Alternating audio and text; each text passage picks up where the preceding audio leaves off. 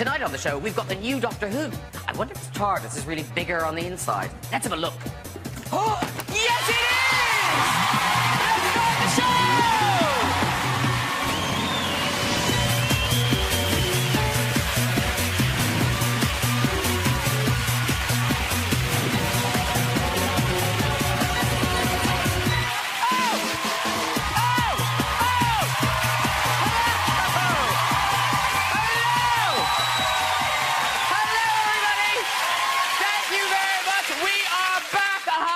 Missed you, ladies and gentlemen. And I tell you, we're back with a big bang from across time and space. The new Doctor Who, Peter Capaldi, is here.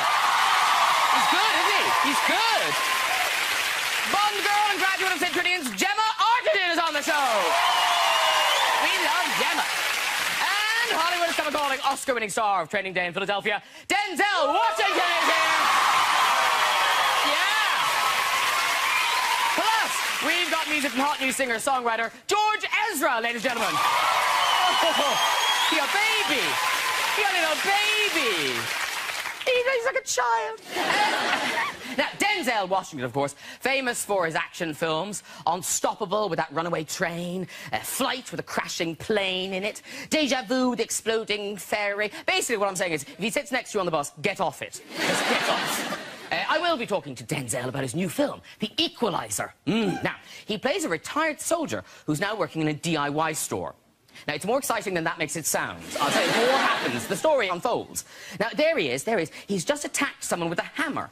And you think, why would you attack somebody you've just seen in a DIY store? Keep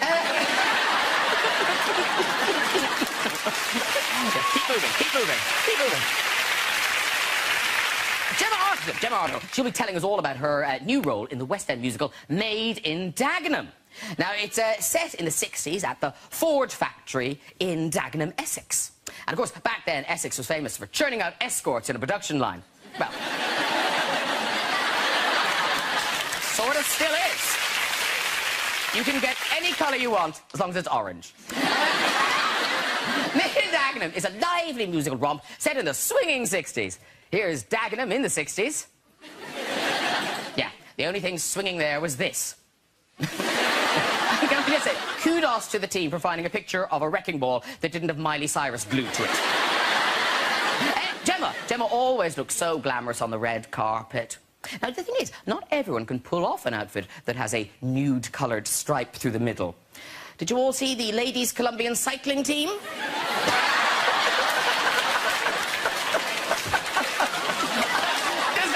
Our humiliation is complete. Yeah, Colombian with a hint of Brazilian.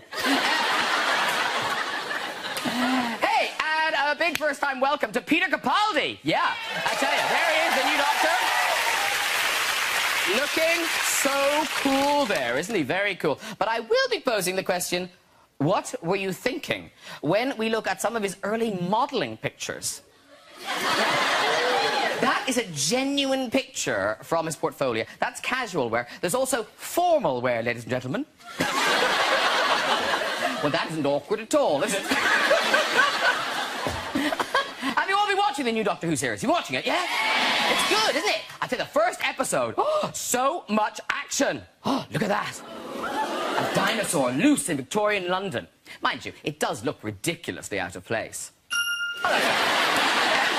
Plus more of your stories in the big red chair. Let's get some guests on!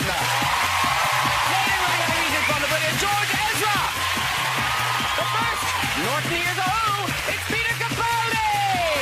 Oh! Hello, sir. So dapper. Hello. Hi. Peter Capaldi, everybody. She'll be Stormy Fields forever. It's Gemma Arterton! Wowza! Woo! Welcome back. Thanks, Peter, Gemma. And I'm in a state of excitement. It's Denzel Washington!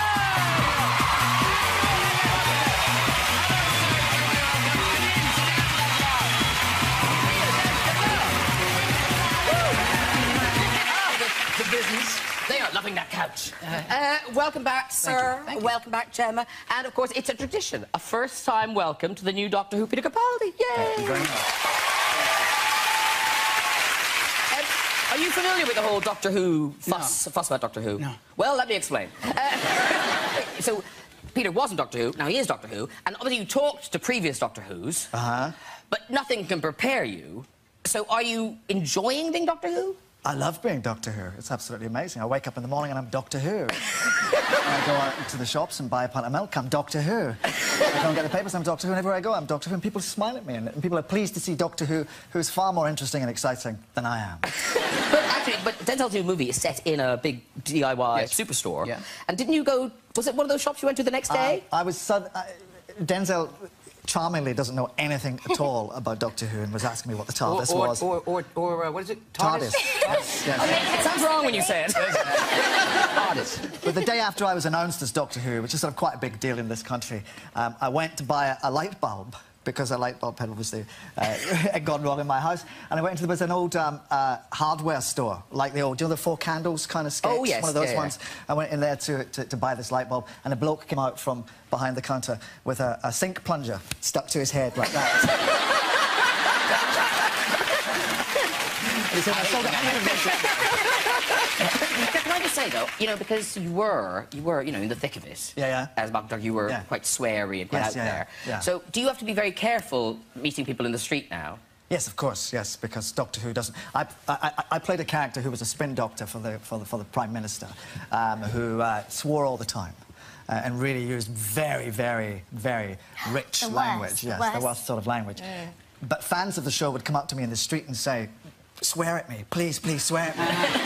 So I'd have to stand in the street and abuse them with the worst possible language. I'd sign their autographs and say, get lost, go and get a life, stand home. I'd love to be able to do that with people in the street. It was great fun. Just tell them to get You lost. could. I could, I get in trouble. But now, do you have to be squeaky clean? Well, I am squeaky clean. Are you contractually obliged not to swear at people in the street? No, I can swear in my own time, obviously. Not my own entertainment, but I haven't sworn for about 2 years now.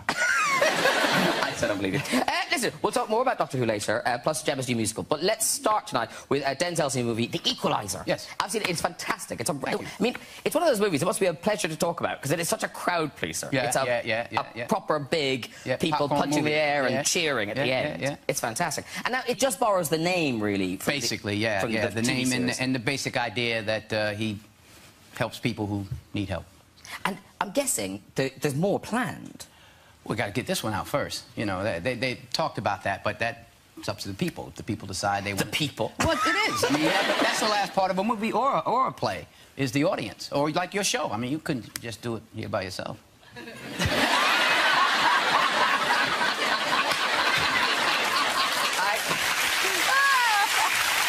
think so. It might be easier. Yeah, it might be easier. But listen, if people aren't aware of what the premise of The Equalizer is, tell the people. He helps people who need his help, and he does what he needs to do to get them out of whatever trouble they're in. And when he says that, it's not helping old ladies cross the road. No. That's right. If they need it, no, I'm not above that. Yeah, but you would kill the guy in the car. No, because it's pretty all full-on violence. Well, yes. But he's a quiet man with OCD who lives alone, lives a quiet life, and this girl needs his help, and he helps her, and people get in his way, and he uses various instruments from the, what do you call it, the DIY? DIY. The DIY, do-it-yourself store. You know, power tools. Look, so much to say. I know. TARDIS. TARDIS, Doctor Who, DIY. DIY. Wow. 4 candles. 4 candles. You didn't tell him that back then. No. Oh, actually, talking of jokes, this has been annoying us all day, and I think Peter Capaldi might know. Maybe you know. What? In the office, we can't remember what it is. Edward Woodward. The original, yes. So there is a joke, and the punchline is... Edward Woodward. Wood. Oh, without the letters? Yes. What is Edward? What is it? How do you say Edward Woodward without the wood. D's? Oh. No, that's not a joke, though. Iwa-woo-wa is the answer. How do you... Say it without the D's. Is it why does he need so many D's in his name? Right. Is that the joke? Something like that. There's also something about farting in a bath. Someone must know in the audience. Oh, there you have it. I told you. Yes, I told you. Useless. Anyway. Is it not a who would Edward Woodward would? Oh, there is another one.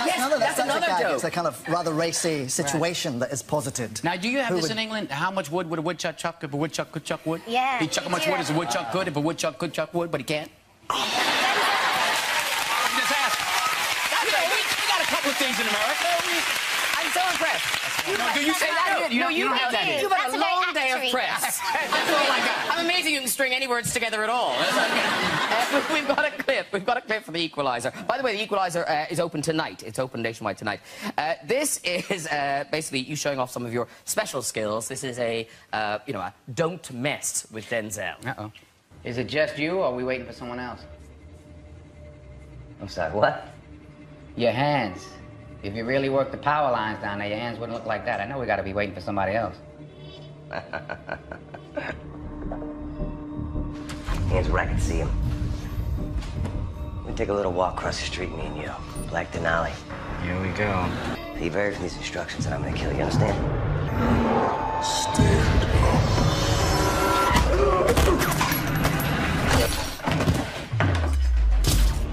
Let's just go. No witnesses. What the hell is this guy doing?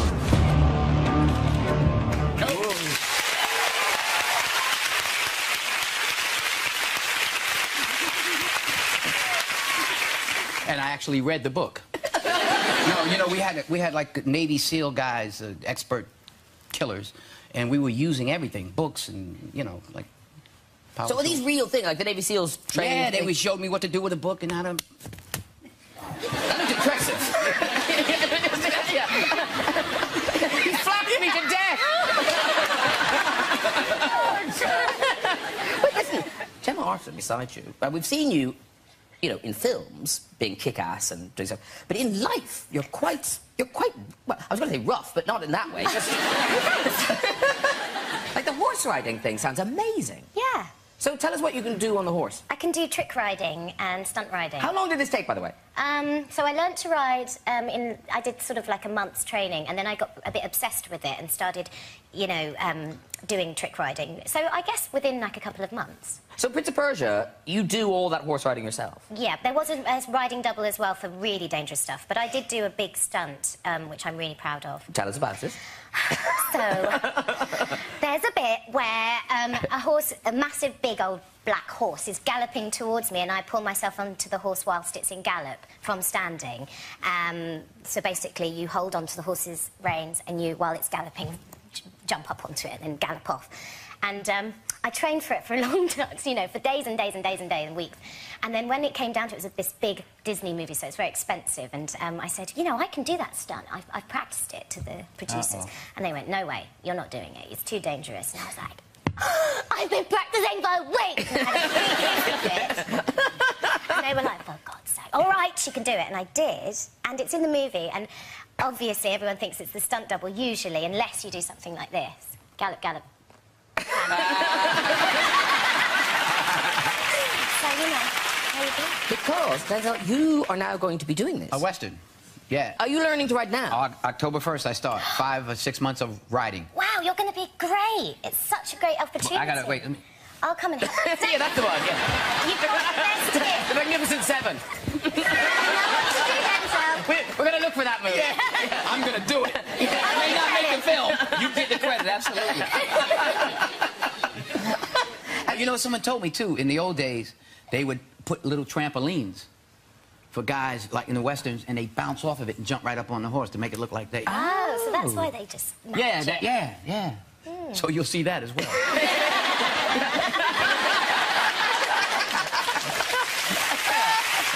We look forward to that.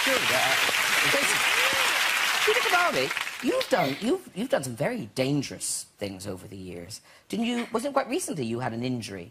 Yes, I was in the Three Musketeers, Yes. which, as you know, is lots of sword fighting, and it's you know, and guys are jumping off horses and hitting each other, and everyone had kind of broken shoulder blades and stuff like that. And I played Cardinal Richelieu, who was a more waspish character, and I had to grab a lady and give her into trouble and throw her against the wall. And as I was doing it, I suddenly sort of internally screamed with agony and looked down, and my thumb was caught in her frock. It was Mamie McCoy, and I looked down, and my thumb was on back to front. That's what you get if you do put your thumb in ladies' frocks without asking. Yeah, you were lucky that's all that happened. Yeah. Done that to Gemma. I just snapped it back into place. Oh, It was really so... And to this day, I can't open a pack of crisps. No. It's awful for me. Oh, gosh. She's not... You're looking great. You used to be much heavier. Talking of finger injuries, we were going through pictures. Before the show, and we found this picture. Oh, you found my pinky? Oh, don't show it. No, this is... No, we have to see this. This is amazing. Nice. It's not nice. It looks like Meryl Streep has just gone, tell me I did a backward accent. She's just like, look at that. She's like, what did you do? I had it rebuilt. I had injured it so many times playing football. American football. It's this one, yeah. But it's fine now. But it's like a gummy bear in there. Like a little piece of rubber candy something. So what was that thing? I went up for a pass playing American football and dislocated it. And it's happened so many times over the years that if I just open my hand like that, it would pop that far. Oh, But do people, like in films, do they have to like shoot around it? No, I'm constantly. You can probably see me in other films just going, yeah. That way. And I was always fixing it. When my kids were young, they would ask me, Daddy, could you show my friends the magic finger? Doesn't sound right, does it? Wait a minute. No, you went there. I didn't go there. You went there. No, I didn't. So I would like do like this, and I'd do like this, and then they'd run.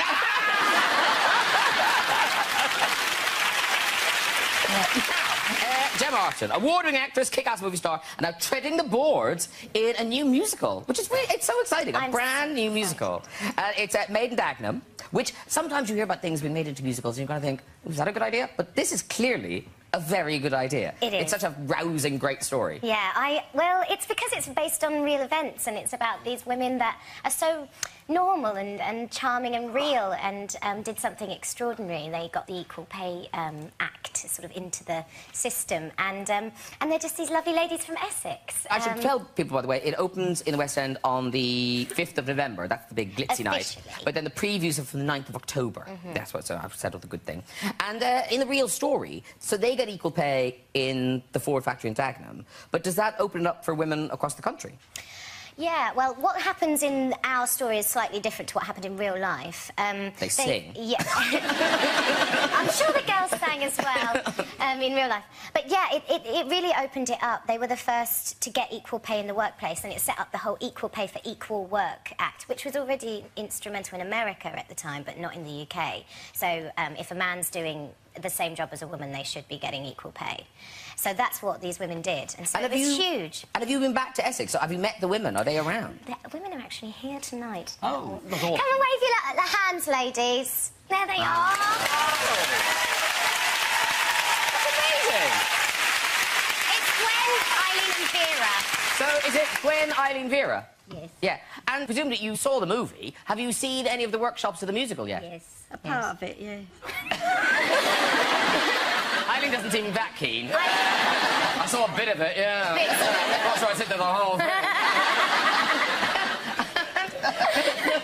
But did you like the musical? Say yes, say yes. You're on television, say yes. Yes. Yeah, good. Say yes, you get free tickets and a taxi home. But so, at the time, did you... I mean, was there a big fuss? Were you in the papers and... Did it seem like a big deal at the time? When it first started. At the time, yeah, but after it was all over, it was all forgotten. So that was a total surprise when the movie came out? Well... Movie? What movie? What's that man talking about? It's a musical. We've seen a bit of it. And do you stay in touch because of the movie and things? Is that what brought you back together again? Or have you been friends all these years? All the time. All the time. Oh, that's sweet. That's fantastic. They just got back on holiday. Really nice to see you. Thank you for coming. They go on holiday together. Oh, really? Fantastic. Gemma's just saying you go on holiday together. Yes. With all your extra pay. Bit of a holiday fund, didn't we? Yeah. Now, the singing. Yeah. I feel like we should have known you were a singer by now. How did this happen? Have you always been a singer? Yes, but it's the right thing hasn't come along. I've always wanted to do a musical, but I wanted to do something that was original and had never been done before. And you know, I've sung in films, but not really. But yeah, so this is the first time in public. not to put you on the spot, but to put you on the spot. No, not to sing a whole song. Are there any bits? And a little bit for me. Can you do a little bit? All right, there's a song called Busy Woman, which starts the show, and it's all the girls in the house doing their housework, and it goes, if you want something done, ask a busy woman, 'cause you're wasting your time asking a man. She can do in 1 hour what he can't do in 10. It's the basic effing difference between us and effing them. If you want it done, then ask a busy woman. Whoa! Turned it around. Eileen's smiling now. She's going, oh, yeah. Effing Eileen. Oh, yeah. Eileen's like, oh, that's better than I remembered. That's quite good, yeah. Oh, it's come on, it's come on. Yeah. They've never seen that song. You haven't seen that one, have you? No. They don't remember the entire film, Gemma. I wouldn't go on individual songs. So, here's the thing. Gemma and Peter have something in common, because Gemma was in a band. Now, what was the name of your band? Violent Pink. Was this when you were in school? When I was in Gravesend. Yeah, we were a 4-part girl band. Were you kind of punky? Yeah, it was a kind of like angsty, Alanis Morissette kind of stuff with harmonies. Because I think Violent Pink is a good name for a band. Yeah. Peter Capaldi's band, I would say, a less good name. What was your band called? The Dream Boys. This was at a time before the Chippendales and things like that. And remember, we were all just kids at art school, so we thought we were being very sort of Kafkaesque and arty and dark. But of course, people didn't think that. They thought they were booking a bunch of guys to come up and take their clothes off, which we didn't do, but we would if people paid us. Actually, before that, we were called. Our first name was the Bastards from Hell, which was more appropriate to the punk ethos that we were cleaving to. Denzel, have you ever dabbled in musicals? No. But Denzel's new movie, you bust a move. I got my little, what do you call it, Gladys Knight in the Pit? Look at him go! Yeah! Was that choreographed, or was that all in you? That's all me. That's all me. I YouTube them, and I stood in front of the computer, and I'm like... Do you want a little bit of music? Let's say it with some music.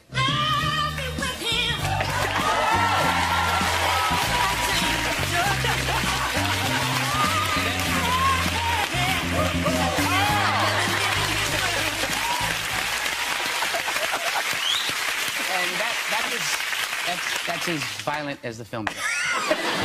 He lies. Peter Capaldi, new Doctor Who. I had no idea. Your career is extraordinary. So, let's start with Doctor Who. So, every Doctor Who always says, oh, I was a fan when I was a kid growing up. This man, I mean, you were beyond a fan.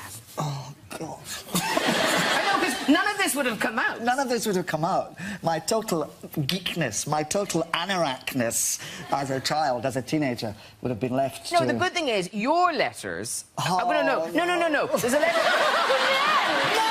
No, we don't have... No, there was a very sweet letter you sent to the Radio Times, which we won't read that one out. That's just you saying how much you like the Doctor Who special. No, there's this weird thing, right?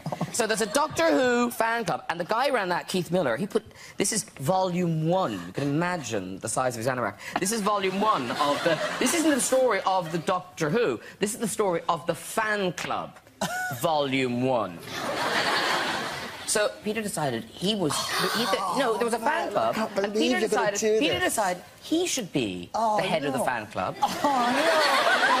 So he wrote to Sarah Newman at the Doctor Who office. This is proper. This is a woman who really works for the BBC. I can't even remember this. Oh, no. How old were you when this... Oh, don't even... 21. This is the reply. This is the reply to you. Okay. So, dear Peter, thank you for your letter. Firstly, the pictures aren't ready yet. And secondly, I'm afraid we have an official Doctor Who fan club secretary. I'm passing your letter on to him, and I expect he will send you a newsletter himself. He wasn't Sarah Newman. See, that's all very nice. Right. That's very nice. Right. Then in another letter to the guy who is the secretary of the fan club, she writes, No, you're not by any means worse than Peter C. I had a very sad letter back from him today. I think I better write and apologise. I think it's the end, and I wish the Daleks or someone would exterminate him or something to that effect. She works for the BBC! Where is she now? She's here tonight! And I'm Doctor Who. Yeah. Take that!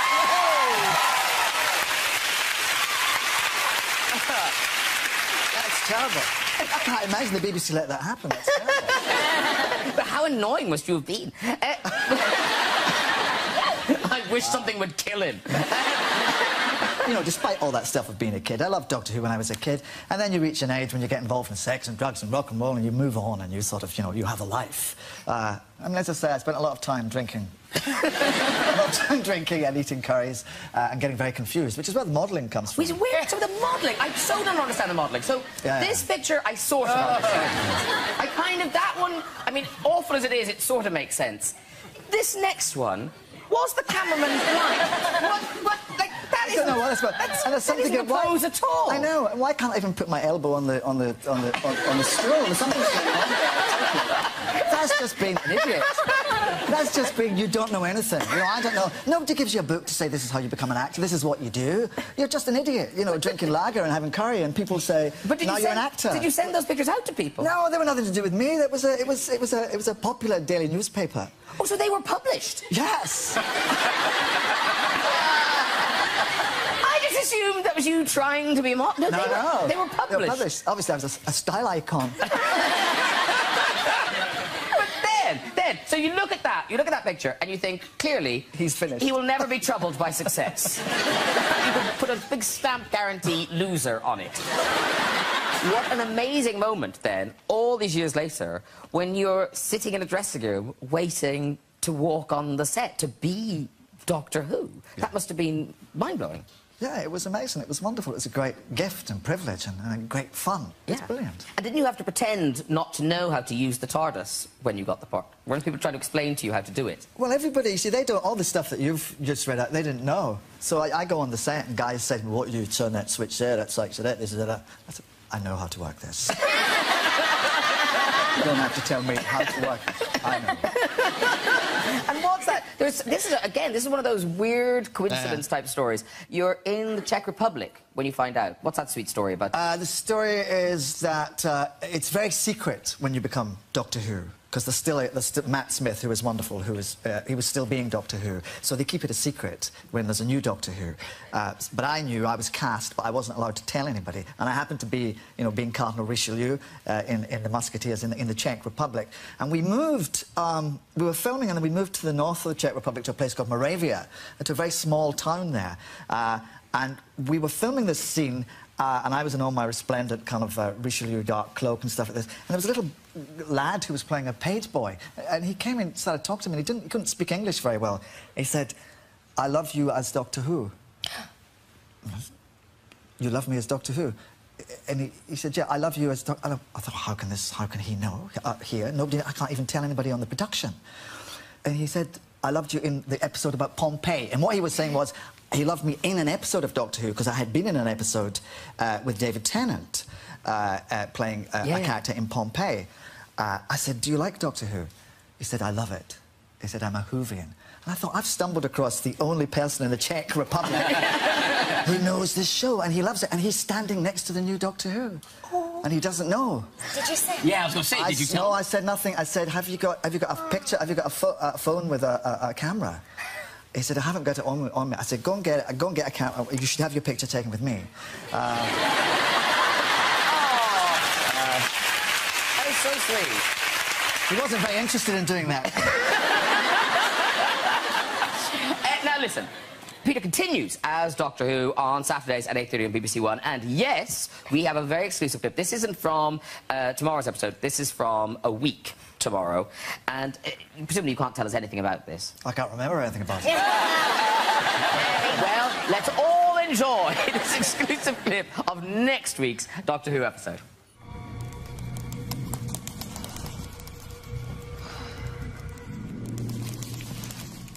I think we found your alien. Back!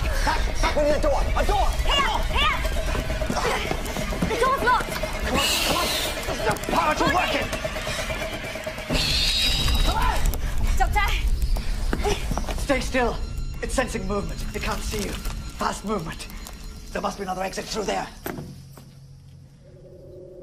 Slowly.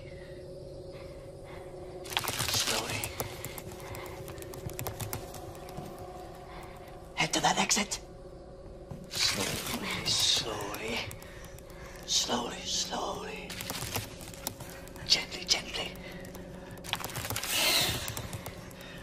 say run. Run. Who made you the boss? Well, you say run then. I know. I tell you.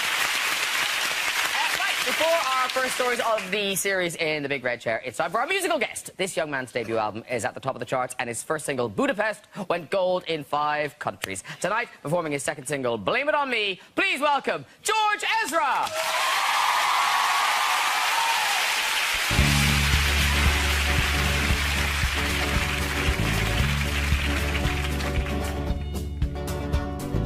Garden was blessed by the gods of me and you.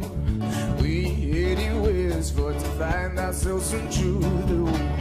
What you waiting for? No, what you waiting for? We counted all our reasons, excuses though we made. We found ourselves some treasure and threw it all away.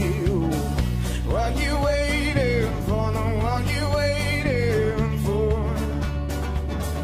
What you waiting for? No, what you waiting for? When I dance alone and the sun's bleeding down, blame it on me. When I lose control and the veil's overused, blame it on me. What you waiting for? No, what you waiting for? Caught in the tide of blossom, caught in the carnival. Your confidence forgotten, I see the gypsies roll. What you waiting for? No, what you waiting for? What you waiting for? No, what you waiting for? When I dance alone and the sun's beating down, blame it on me. When I lose control and the veil's overused, blame it on me. What you waiting for? No, what you waiting for? What you waiting for? No, what you waiting for? When I dance alone and the sun's beating down, blame it on me. When I lose control and the veil's overused, blame it on me. When I dance alone, I know I'll go, blame it on me. Oh. When I lose control, I know I'll go, blame it on me. Oh. What you waiting for? No, what you waiting for? What you waiting for? No, what you waiting for?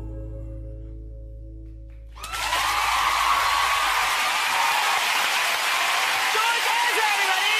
Very good! Excellent job, sir. Come and join us, everyone. Come on, come and join us. Oh, I'm calling him George. Hello, sir. Very nice to meet you. Thank you very much. Say hi. Look at the power. How you doing? Lovely to meet you. Lovely to meet you. Nice to meet you. That's your actual Denzel Washington right there. Very good. Very good. Oh, so congratulations on everything, sir. Yeah, thank you very much. No, it's very cool. How old are you? This is I'm 21. 21. Yeah. Oh God, you look 11. But the song is fantastic, and that's the new single. Budapest is being #1 all over the place. That album is still in the charts. It's still near the top. That's the best bit about it. When you release an album, it's nice to know that the album sticks around. Yeah. Not just a song. That's the nice thing. And now the cover of the album, Wanted on Voyage. Oh, you got it up. Yeah. Oh yeah. Oh yeah. They do Yeah. that here. Yeah. I got a computer and everything. Yeah. I know I'm old. Even I have a computer.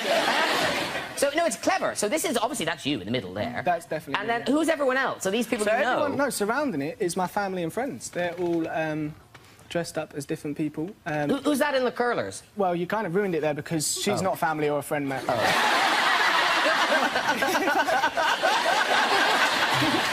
There's George, tip for the future. Lie. Okay. That's my Auntie Edith. Yeah. How is it? Your voice sounds so sweet, really, when you speak, but then your singing voice is great too, but it sounds much deeper. Do you know? Yeah, I could never really sing. My brother and sister could, and I used to sing a lot, but I wasn't very good.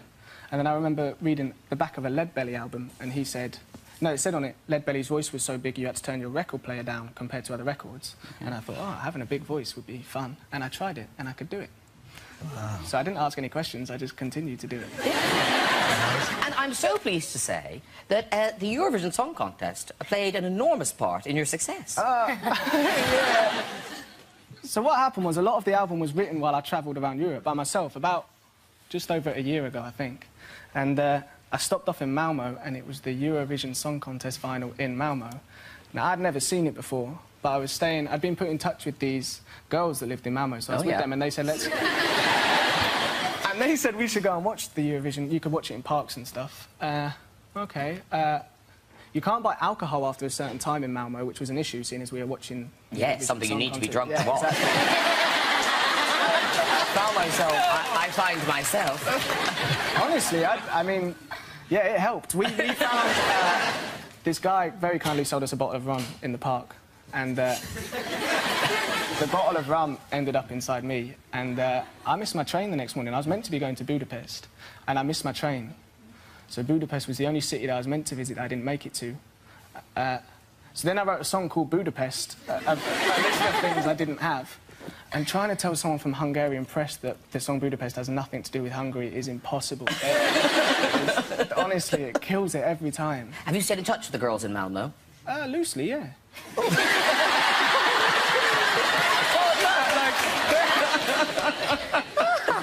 Seriously, George, congratulations on everything. It's fantastic to meet someone who's just, you know, arrived and it's just, you know, have a good, amazing time. So congratulations. And good luck with the tour.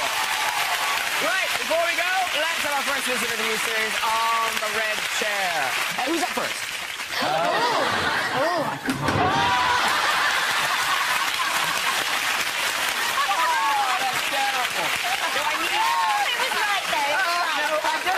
It's the first show back. I need to build up to that. I just didn't have the emotional energy to cope with that. I apologise. Come back and see us later in the series. I'll hear your story then. I feel bad now. It's not that bad. Who's up next? Hello. What's your name? My name's Lucy. Lucy, lovely Lucy. And what do you do, Lucy? I'm a buxom barmaid. A barmaid? Fabulous. Where do you do the barmaiding? Twickenham. Oh, dear. Oh, no, they're loving Twickenham. All right, off you go with your story. So, I've been scouting my whole life, and when I was about 12... Sorry, Andy, you've been what your whole life? Scouting, as in... Oh, being a bit scout. of a nerd. Oh, I see, being a scout. Yes, and on one camp, I was about 12, it was quite rainy, and it was about a half-hour walk from the toilets. Wake up in the middle of the night, I suddenly realise, oh, God, I got a poo. So I've taken a bag and some tissues with me, you know, being prepared, the scout that I am. And I look at the bag and I think, yeah, I'm going to have to. I can't make it all the way. So I went in the bag and I thought, I'm just going to lob it and I won't have to deal with it. Someone else can, we'll be fine. So I throw it as far as I think I can, go back to bed, wake up in the morning. Everyone's laughing and shouting, something's happening, get out of my bunk bed, go outside and, oh, God. Oh, on the branch, just outside the door, about head height, there's the bag. Very visibly, there's a poo in the bag. Never confessed. So, to everyone who was on that camp, this is my confession, that was mine. Oh, wait a question. She said she pooped? That's like number 2? Yeah. She didn't say she wiped. I took tissues, I took tissues. She had a tissue. She had a tissue. I'm not completely filthy. I might poo in a bag, but at least I'm going to wipe. Yes. Come on. I just want to know, is there a badge for that? Maybe I'll talk to my scout. A steaming turd in a triangle. There you go. You can walk. You can walk. There you go. Well done, everyone in the red chair. And if you'd like to join us on the show and have a go in that chair, you can. Contact us via our website at this very address. Thank you very much to all my guests tonight. George Ezra. Hey, Peter Capaldi. Tim Arneson. And Mr. Denzel Washington. Join me next week with music from Lenny Kravitz, rising star Luke Evans, Oscar-winning actress and writer Emma Thompson, and the heartthrob that is Hugh Grant. I'll see you then. Good night, everybody. Bye-bye.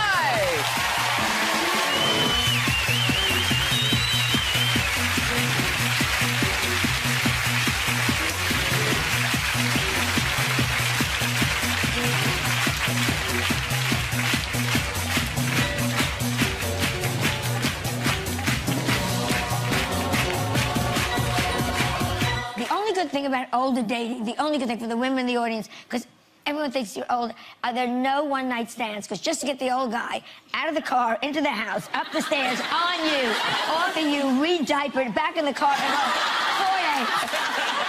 4 days. 4 days. It's a relationship.